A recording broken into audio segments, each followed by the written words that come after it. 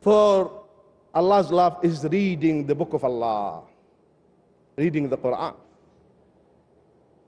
reading the speech of Allah, this word of Allah that came from Allah, and it will go back to Allah. A time will come, my dear brothers and sisters, when this Quran will go back to Allah. So read it while you have it,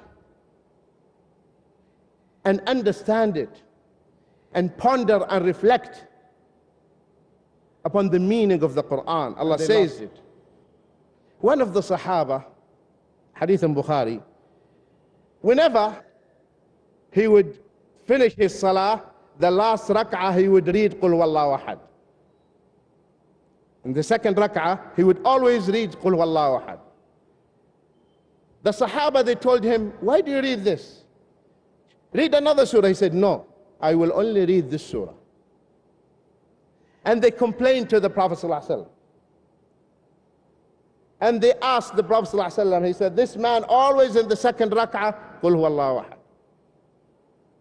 He said, go and ask him why he insists to read Qul Huwallahu Ahad. He said, because I love it. I love this surah. Because this surah talks about my Lord, about Allah subhanahu wa ta'ala. The Prophet ﷺ told them, go and tell him that Allah loves him. Allah subhanahu wa ta'ala loves him because he loved that surah. That's why Qul Huwallahu Ahad is 1/3 of the Quran. It is 1/3 of the Quran. So if you read Qul Huwallahu Ahad, it is as if you read 1/3 of the Quran. I mean, the reward. In another authentic hadith, Prophet Muhammad ﷺ said, whoever reads Qul Huwallahu Ahad 10 times, Allah builds for him a house in the Jannah. House in the Jannah. So what will make us love Allah or entitled for Allah's love is reading the book of Allah, Al-Quran, every day, at least one juzu. Every day, at least one juzu. So at the end of the month, you finish the Quran. And you know what? It's very easy. It's not difficult. Get used to it and commit yourself, and you'll find it easy. At least once a month, you read the Quran. Prophet Muhammad ﷺ said about the Quran, verily the best among you are those who study the Quran, then taught it to others. The best ones are those who mastered the Quran and they are teaching the Quran to others. Go and find a study circle, tajweed class, and sit and read the Quran, because the Quran you cannot read it on your own. You have to sit in a circle under a Shaykh who will teach you how to articulate and how to read the Quran.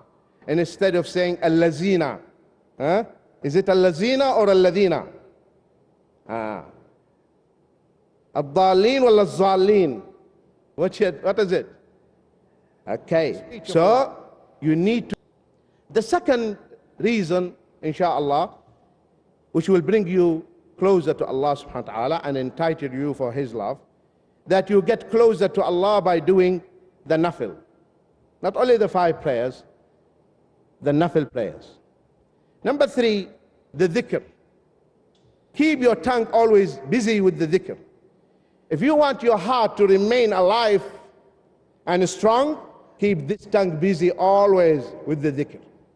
Verily, in Allah's remembrance, the hearts find peace. Number 4, what Allah loves takes precedence over what you love. In other words, what Allah loves has top priority than what I love. Allah, remember the law of love. Who is our beloved one? Allah. So if you love Allah, and now your sweetheart tells you, shave it. Shave your beard. It pokes me. Should you listen to her? You tell her, yes, I love you, but I love Allah more than you. So Allah's love comes before anyone's love. I want you to memorize the law of love. There is law. There is law of love. This law says you love what your beloved one loves, and you hate what your beloved one hates. Have you memorized it? You love what your beloved one loves, and you hate what your beloved one hates. Now, do you love your wife? Yes. So if you love your wife, you will love whatever your wife loves. She loves this perfume, you will go and buy it. She loves this flower, you will like it. Because that's what love is about. You love what your beloved one loves. The Englishman said what? Love me, love my dog, right? Love me, love my dog. Because if you love me, you will love even my dog. An Arabs, they don't have dogs, they have camels.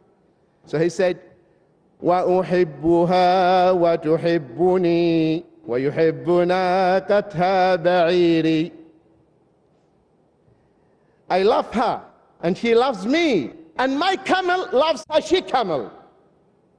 You see the love? Even the camel loves the she-camel. This is what love is about. Unfortunately, many of us, they don't know the meaning of love. See Prophet Muhammad sallallahu alaihi wasallam, who is our example to follow. Aisha and Hafsa, they saw him going to Maria, and Maria used to feed him and would feed him honey, and they didn't have honey. So they got angry. Wow, let us stop him. Jealousy. Huh? So Aisha and Hafsa, they got together. They said, the moment the Prophet comes to you, say, oh, please, I can't stand your smell. Your smell is horrible. And when he comes to me, I will say the same thing. He went to Hafsa, please, Prophet of Allah, stay away. And the Prophet ﷺ, he hates bad smells. That's why he used to chase away from the masjid those who come after eating onion. Do you eat onion and go to the masjid? He used to chase them away from the masjid. You come with that bad smell? So now his wife is telling him, stay away. He said, no, no, no, no. This is the smell of the honey I took in Maria's house, and I will not take it again. Because his wife hates it. See the love? You love what your beloved one loves, and you hate what your beloved one hates. He went to Aisha, she did the same thing. And he said the same thing. So much so that Allah blamed him.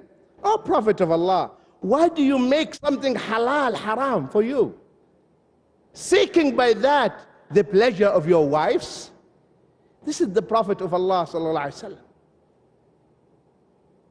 Your wife cannot stand a particular perfume, and you insist to wear it. She tells you, please, my husband, it gives me migraine headache. No, I like it. It gives me headache. I like it. You have all four in one day? Your wife.